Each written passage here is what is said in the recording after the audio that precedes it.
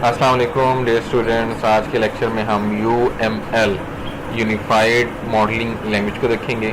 उससे पहले जो है वो हम देखते हैं कि डिज़ाइन क्या होता है।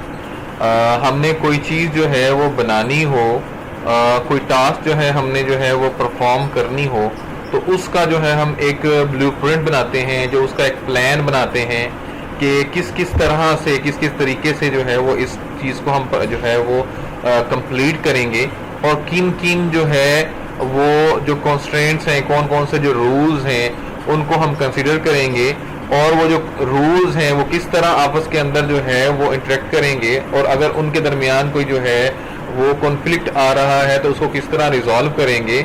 ये जो सारी चीज़ है, जो ब्लूप्रिंट है, इसको हम कहते हैं डिज़ाइन। ठीक है, अब हम जो है वो देखते हैं UML क्या होता है। जैसे मैं पहले कह चुका कि UML जो है वो यूनिफाइड मॉडलिंग लैंग्वेज होती है। और अब नेक्स्ट क्वेश्चन ये है कि ये किस चीज़ के लिए यूज़ होता है। तो UML जो होता है वो मॉडलिंग सॉफ्टवेयर सिस्टम जो होते हैं उनके अंदर जो है ये इस्तेमाल होता है। ये जो है ये एक ऑब्जेक्ट ओरिएंटेड स्टाइल होता है कि इसके अंदर जो मॉडलिंग होती है या इसके अंदर जो डिज़ाइन बन रहा होता है वो ऑब्जेक्ट की शक्ल में, जैसे जो है रेल वर्ड्स के अंदर जो है वो ऑब्जेक्ट्स होते हैं, इस तरह जो है ऑब्जेक्ट की फॉर्म के अंदर होता है। और फिर दूसरा ये होता है कि जो एक्चुअल प्रोग्रामिंग लैंग्वेज कौन सी है ये उससे इंडिपेंडेंट होता है। ये कैसा स्ट्रक्चर बनता है कि जो कि प्रोग्रामिंग लैंग्वेज से जो है वो इंडिपेंडेंट होता है। ठीक है, और ये जो UML है ये एक प्राइमरी स्टैंडर्ड है OMG के अंदर, ऑब्जेक्ट मैनेजमेंट ग्रुप के अंदर। ये एक जो है प्राइमरी किस्म का जो है स्टैंडर्ड है। फिर उसके बाद हम देखते हैं कि ये UML होता क्या है। जो UML होता है ये एक स्टैंडर्ड है डायग्राम्स को ड्रॉ करने के लिए, कि इसके ज़रिए जो है एक्सटेंडेड है जिसके ज़रिए हम डायग्राम्स को ड्रॉ करते हैं। और ये डायग्राम को जो किस किस्म की डायग्राम जो है डेवलपमेंट जो डॉक्यूमेंट्स होते हैं उस किस्म की जो डायग्राम्स होती हैं उसको इलस्ट्रेट करने के लिए, उसको एलेबोरेट करने के लिए और ये जो आइडियाज़ होते हैं उनको कम्युनिकेट करने के लिए हेल्पफुल होता है। ठीक है, ये जो UML होता है ये टेक्स्ट को कम्प्लीटली रिप्लेस नहीं करता। ये वो जो टेक्स्ट होता है उसकी जो अंडरस्टैंडिंग है उसको इन्हेंस कर देता है। इसकी मदद से, UML की मदद से हम टेक्स्ट को जो है वो बेटर जो है वो उसको अंडरस्टैंड कर सकते हैं। और ये जो होता है ये किसी भी जो डेवलपमेंट मेथोडोलॉजी है उसके अंदर जो है वो इस्तेमाल हो सकता है। जैसे कि UP है, यूनिफाइड प्रोसेस है, इसके अंदर स्पेसिफिक जो है UML के अंदर जो है वो स्पेसिफिकली जो है वो जाया जाता है। या जो है वो XP है जो कि एक्सट्रीम प्रोग्रामिंग होती है, जो कि स्टैंडर्ड जो है वो चॉइस होती है डायग्राम्स, एक्सप्लेनेटरी डायग्राम जो होती हैं उनको उनकी ड्राइंग के लिए। ठीक है, अब ये जो UML है ये कौन कौन सी जो डायग्राम्स हैं जिनको ये सपोर्ट करता है। तो UML जो है वो 13 किस्म की जो डायग्राम्स हैं उसको जो है वो सपोर्ट करता है, लेकिन उनमें से 3 जो डायग्राम्स ऐसी हैं जो ज़्यादा जो है वो इम्पोर्टेंट हैं। उनमें सबसे पहली जो है वो यूज़ केस डायग्राम है। ये जो है वो एनालिसिस पर्पस के लिए यूज़ होता है, क्योंकि यहाँ पे हमने जो है वो एनालिसिस करना हो तो वहाँ पे हम जो है वो यूज़ केस डायग्राम यूज़ करते हैं। फिर उसके बाद जो है वो क्लास डायग्राम है कि ये जो डिज़ाइन वगैरह को बनाने के लिए और उस एनालिसिस के नतीजे में जो डिज़ाइन बना उसके लिए उसको ड्रॉ करने के लिए हम उसको यूज़ करते हैं। और फिर उसके बाद जो है वो सीक्वेंस डायग्राम है, या उसको एक्टिविटी डायग्राम भी कहते हैं, या उसको जो है वो स्ट्रेट मशीन डायग्राम भी कहते हैं। इसके अंदर जो है वो उसकी इम्प्लीमेंटेशन है, जो आपने डिज़ाइन जो है वो हमने पिछले पेज के अंदर बनाया उसकी जो है वो इम्प्लीमेंटेशन है। ये 3 डायग्राम तो बहुत इंपॉर्टेंट किस्म की थी। उसके अलावा जो और डायग्राम्स हैं जो कि UML सपोर्ट करता है उसमें कंपोनेंट डायग्राम्स हैं, उसमें कंपोजिट स्ट्रक्चर्स हैं कि जो कि एक से ज़्यादा जो है वो स्ट्रक्चर को आपस में लिंक करते हैं। उसके अंदर डिप्लॉयमेंट जो है वो डायग्राम्स हैं, ऑब्जेक्ट डायग्राम्स हैं, पैकेजेस हैं, कम्युनिकेशन है, या आप कह लें कि कोलैबोरेशन है, ऑब्जेक्ट्स का इंटरेक्शन ओवरव्यू है और टाइमिंग है। ये जो है ये तरह की जो है ये डायग्राम्स को भी सपोर्ट करता है। अब हम देखते हैं कि क्या जो है वो UML को इस्तेमाल करने का क्या स्टाइल होता है। UML जो है UML यूनिफाइड मॉडलिंग लैंग्वेज जो है ये एक सादा किस्म का और बेस बुनियादी किस्म का जो है वो लाइन ड्राइंग की एक किस्म है कि जिसका आइडिया जो है वो मेन कॉन्सेप्ट ये होता है, मेन आइडिया ये होता है कि जो भी अवेलेबल टूल है इस काबिल बनाया जाए कि उससे जो है वो डायग्राम को जो है वो बनाया जा सके। जो यूएमएल डायग्राम्स होती हैं वो एंटिटीज़ को और उनकी जो रिलेशनशिप है कि एंटिटीज़ जो हैं एक जो है वो स्पेसिफिक इंस्टेंस जो है स्पेसिफिक जो ऑब्जेक्ट है क्लास के अंदर उसको एंटिटी कहते हैं कि जो स्पेसिफिक एंटिटीज़ हैं और उनके दरमियान क्या रिलेशन है इसको जो है वो डिस्क्राइब करती है। जो बॉक्सेस के अंदर होते हैं वो एंटिटीज़ के लिए यूज़ होते हैं, उसके लिए इस्तेमाल किए जाते हैं। जो लाइंस होती हैं जो कि ज्वाइन कर रही होती हैं दो एंटिटीज़ को, वो जो है रिलेशनशिप को शो कराने के लिए जो है वो उनको ड्रॉ किया जाता है। उसके बाद जो लेबल्स ऐड किए जाते हैं बॉक्सेस के अंदर और लाइंस के अंदर जो है वो डिटेल को ऐड करने के लिए जो है वो किए जाते हैं। और जो बॉक्सेस हैं उनको कलर भी किया जा सकता है और इन बॉक्सेस को जो है वो इमेजेस के साथ कि मतलब बजाय बॉक्सेस के हम जो है वो इमेजेस भी जो है वो उनके अंदर ऐड किए कर सकते हैं कि अगर जो है वो रिकॉग्नाइजेबल जो है उनको बनाए रखे तो ऐसे आप इमेजेस भी उसके लिए यूज़ कर सकते हैं। अब फिर ये कि किस तरह जो है वो यूएमएल को जो है वो यूज़ करना चाहिए। यूएमएल डायग्राम्स क्या होती हैं कि ये जो चीज़ आप कहना चाह रहे हैं उसको इलस्ट्रेट करती है, इसको एलेबोरेट करती है।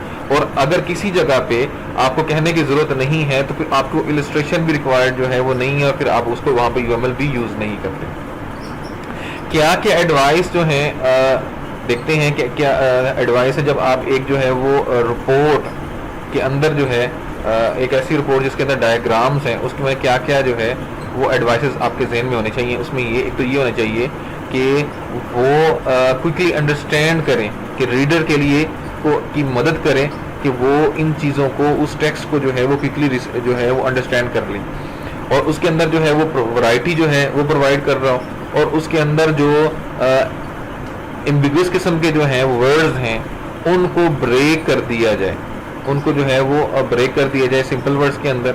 और ये जो इंफॉर्मेशन है वो स्पेस के हिसाब से उसका जो है वो इंफॉर्मेशन का प्रोपोर्शनल होना चाहिए स्पेस के हिसाब से, ठीक है। और फिर जो क्या क्या रूल्स हैं यूएमएल के लिए, एक उसमें ये है कि वो उसके अंदर डायग्राम होने चाहिए। सेकंड ये है कि वो डायग्राम हो, डायग्राम भी मॉडलिंग की हो कि उसके अंदर जो है वो मॉडलिंग हो रही हो। तो इन दोनों सूरतों के अंदर जब डायग्राम भी हो और वो साथ मॉडलिंग की भी हो तो फिर जो है ये यूएमएल जो है वो यूज़ होता है, ठीक है। एक जो अब देखते हैं कि यूएमएल डायग्राम जो है उनके अंदर क्या क्या चीज़ें होनी चाहिए। एक तो सिंपल सी एक जो है वो कॉमन सी जो मिस्टेक है लोगों के दरमियान वो ये है कि वो समझते हैं कि यूएमएल जो है वो एक कंप्लीट जो सिस्टम है उसको डिस्क्राइब करने के लिए जो है वो इस्तेमाल होता है, हालांकि ऐसा नहीं है। हम पहले कह चुके हुए हैं कि ये जो है वो आपने क्या कहना है उसको एलेबोरेट करने के लिए ये इसको इलस्ट्रेट करने के लिए हम जो है वो यूज़ करते हैं। इवन उसके अंदर भी जो है जो आपने इलस्ट्रेशन करनी है उसके अंदर भी हम स्मॉल जो है थोड़ा सा हम जो है वो एक्सट्रैक्ट करते हैं कि उस खास स्पेसिफिक मोमेंट के ऊपर जो है वो आप जो है वो क्या कहना चाह रहे थे, तो हम स्मॉल सा एक्सट्रैक्ट उसके अंदर करते हैं बजाय कि हम जो है वो फुल एक्सट्रैक्ट करने के, ठीक है। उसके बाद जो है कि अगर आपके पास कंप्लीट डायग्राम नहीं है, सिर्फ जो है वो चंद इलस्ट्रेशंस हैं या आपके पास जो है वो कंप्लीट डायग्राम है लेकिन वो जो है वो काफ़ी सारी जो है वो इलस्ट्रेशंस के अंदर जो है वो स्प्लिट हुई है या जो है जो पूरा आपकी जो डायग्राम है वो अपेंडिक्स के अंदर जो है वो कंप्लीट अपेंडिक्स के अंदर जो है वो अपीयर हो रही है या जो है वो अलग सेपरेट डॉक्यूमेंट बना रही है, ऐसी सूरतों के अंदर जो है वो हम यूएमएल को यूज़ करते हैं, ठीक है।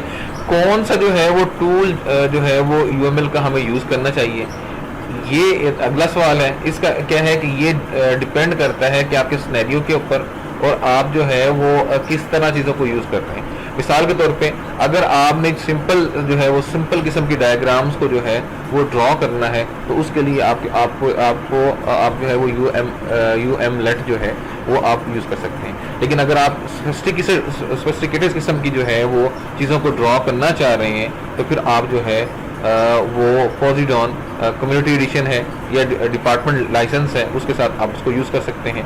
और अगर आप जो है आप और भी उसके साथ अलावा बहुत सारी जो है वो पॉसिबिलिटीज़ हैं, अगर आप जो है वो ऑडियो सिंथेटिक जो है वो यूज़ करना चाह रहे हैं तो आप जो है वो यूएमएल ड्राइंग टूल सर्वे जो है वो गूगल के अंदर जो है वो आप यूज़ कर सकते हैं, ठीक है। अब हम देखते हैं रिक्वायरमेंट एनालिसिस और स्पेसिफिकेशन को। रिक्वायरमेंट एनालिसिस और जो सिस्टम स्पेसिफिकेशन है, ये लाइफ साइकिल जो है, वो सॉफ्टवेयर लाइफ साइकिल जो है, उसके अंदर फर्स्ट एक्टिविटी होती है। अब हम देखते हैं कि ये जो है वो क्यों जो है वो पहली एक्टिविटी होती है। उसका आंसर ये है कि आपका जो कस्टमर है वो क्या चाह रहा है, ये सबसे पहले आपको पता होना चाहिए। आपने कोई सिस्टम डिज़ाइन करना है या बिल्कुल आपने कोई प्रोडक्ट बनानी है, आपने जो है वो उसके लिए करना है, तो सबसे पहले आपको पता हो कि आपका जो कस्टमर है, जो आपका पोटेंशियल कस्टमर है, वो उसकी रिक्वायरमेंट्स क्या हैं, उसकी ज़रूरियात क्या हैं, वो क्या चाह रहा है। फिर जो है कि उसका जो प्रॉब्लम है, कस्टमर्स का जो प्रॉब्लम है, ठीक है, उसके गोल को अंडरस्टैंड करना। गोल ये है कि उस कस्टमर का जो प्रॉब्लम है उसको अंडरस्टैंड करना कि उसका प्रॉब्लम क्या है। फिर जब अंडरस्टैंड होगा तो डेफिनेटली उसके बाद फिर आप उसका जो है वो सॉल्यूशन जो है वो पॉसिबल है। अगर हमें कस्टमर्स के प्रॉब्लम का ही ना पता हो तो उसका सॉल्यूशन पॉसिबल नहीं है। थर्ड वन ये है कि इवन जो है वो कस्टमर खुद जो है वो उसको अंडरस्टैंड ना हो कि उसका प्रॉब्लम क्या है, इवन देन भी हमें जो है उसको समझना कि उसका एक्चुअल प्रॉब्लम क्या है, ठीक है। अब उसके बाद रिक्वायरमेंट्स और जो स्पेसिफिकेशन है उसको अलग अलग हम डिफाइन करते हैं। रिक्वायरमेंट्स क्या है? रिक्वायरमेंट्स क्या होती हैं कि लिस्ट ऑफ गाइडलाइंस होती हैं कि जिनके ज़रिए आप जो है वो कोई जॉब, कोई टारगेट जो है उसको कंप्लीट करते हैं और कस्टमर को जो है वो सेटिस्फाई करते हैं, ठीक है। ये आपका जो है वो रिक्वायरमेंट्स हो गई कि गाइडलाइंस हो गई जिनके ज़रिए आपने कोई जो है वो टास्क मुकम्मल की और उससे जो आपका कस्टमर था, पोटेंशियल कस्टमर था, उसकी रिक्वायरमेंट पूरी हो गई, उसकी जो है वो नीड्स पूरी हो गई, वो सेटिस्फाई हो गया। इसको हम जो है वो रिक्वायरमेंट्स। सेकंड जो है वो स्पेसिफिकेशन है कि ये डिस्क्रिप्शन है कि आपका जो प्रोग्राम है वो किस तरह जो है वो आपकी रिक्वायरमेंट्स को, गाइडलाइंस को सेटिस्फाई करेगा, ठीक है। कि इसके अंदर जो है वो आप डिफरेंट जो रिक्वायरमेंट्स होती हैं उसको डिस्टिंग्विश करते हैं, फिर उसके बाद उसको गैदर करते हैं और गैदर करने के बाद उन सिस्टम एनालिसिस करते हैं, ठीक है। फिर उसमें जो है वो टॉप लेवल एक्सप्लोरेशन होती है कि प्रॉब्लम है, प्रॉब्लम और जो डिस्कवरी होती है कि वो कितनी देर में जो है वो लेंगे इसको सॉल्व करने के लिए। जो रिक्वायरमेंट्स होती हैं वो ऐसी सलाहियतें और जो है वो ऐसी कंडीशंस होती हैं जो किसी जो है वो सिस्टम या प्रोजेक्ट के अंदर होना लाजमी होती है। जो सबसे बड़ा चैलेंज होता है रिक्वायरमेंट एनालिसिस के अंदर कि किस तरह जो है वो रिक्वायरमेंट्स को हम एनालाइज करें, वो ये होता है कि ये मालूम करना और मालूम करने के बाद कम्युनिकेट करना और उसको फिर जो है वो याद रखना कि वो उस चीज़ को हम क्लियरली जो है उसको हम बोल सकें, क्लाइंट के सामने हम कह सकें और जो हम क्लाइंट और डेवलपमेंट हमारी जो टीम है उसके सामने हम उसको क्लियरली जो है वो डिस्क्राइब कर सकें कि क्या जो है वो बेसिक किस्म के या जो है वो बुनियादी किस्म के जो चैलेंजेस हैं रिक्वायरमेंट एनालिसिस के अंदर, उनको जो है वो फाइंड करना, उनको आप कम्युनिकेट करना और उनको याद रखना, ये जो है ये रिक्वायरमेंट है। टोटल जो है जो रिक्वायरमेंट्स होती हैं वो सिस्टम का जो बिहेवियर होता है उसको डिस्क्राइब करती हैं, उसको बताती हैं। प्रायोरिटी है कि रैंक ऑर्डर हो गया कि फीचर जो हैं कौन से जो है वो ज़्यादा इंपॉर्टेंट हैं, कौन से उसके बाद में है, कोई उसके बाद है, तो ये प्रायोरिटी जो है वो जो है वो एक फंक्शन हो गया।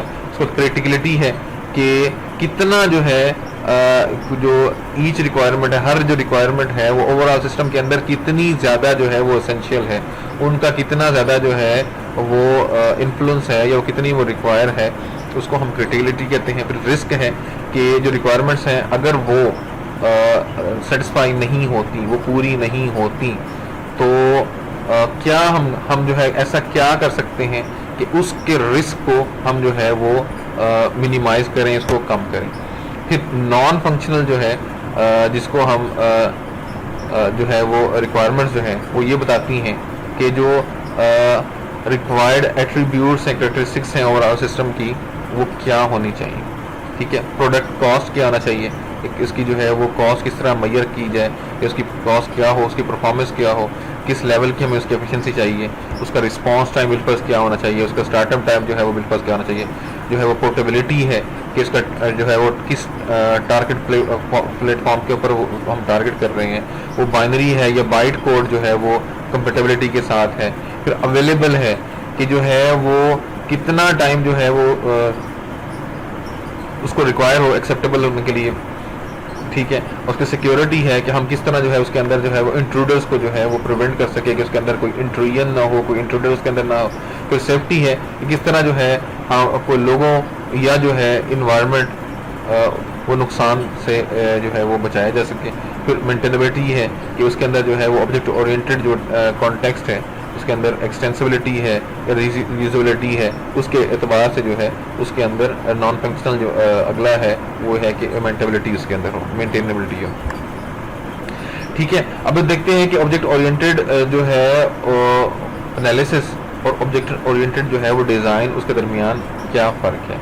जो ऑब्जेक्ट ओरिएंटेड एनालिसिस होता है ये इम्पोर्टेंट डोमेन कॉन्सेप्ट्स और ऑब्जेक्ट्स जो हैं उसके रेलिवेंट होता है कि जो आपके इम्पोर्टेंट डोमेन कॉन्सेप्ट्स हैं और ऑब्जेक्ट्स हैं उनको एनालाइज करना, उसको देखना कि कौन कौन से हैं। फिर वोकैबुलरी जो है उस मॉडल के अंदर जो यूज़ होगी ये भी जो है वो ऑब्जेक्ट ओरिएंटेड एनालिसिस के अंदर आता है। फिर विजुअलाइज्ड है कि वो यूपी के अंदर हो, जो है वो डोमेन मॉडल के अंदर जो है वो विजुअलाइज्ड है। और उसके जो है वो ऑपोजिट जो है वो ऑब्जेक्ट ओरिएंटेड डिज़ाइन है। ये डिज़ाइन ये है कि जो सॉफ्टवेयर ऑब्जेक्ट्स हैं उनका डिज़ाइन बनाना, उनके अंदर जो है वो रिस्पॉन्सिबिलिटीज़ को शेयर करना, कोलैबोरेशन को देखना कि वो किस तरह आपस में कोलैबोरेट कर रहे हैं, और जो है वो डिज़ाइन पैटर्न को स्टडी करना, और जो है वो यूपी डिज़ाइन मॉडल के अंदर विजुअलाइज करना।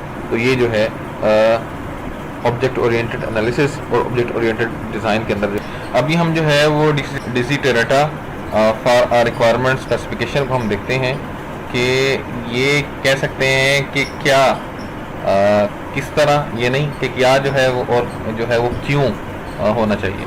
तो करेक्ट है कि जी जो क्लाइंट है वो क्या चाह रहा है जो है वो स्पेसिफिकेशन के मुताबिक, उसका ये कि हम जो है वो क्लाइंट से पूछ सकते हैं कि उस क्वेश्चन कर करके क्लाइंट से कि उसको जो है वो क्वेश्चन की एक लिस्ट प्रोवाइड करके कि वो क्या चाह रहा है। प्रोटोटाइपिंग हो सकता है कि हम एक्सप्लोर करें कि इसके अंदर क्या जो है वो रिस्की एस्पेक्ट्स हो सकते हैं सिस्टम के अंदर क्लाइंट के साथ, उसको हम आइडेंटिफाई कर सकते हैं, एक्सप्लोर कर सकते हैं।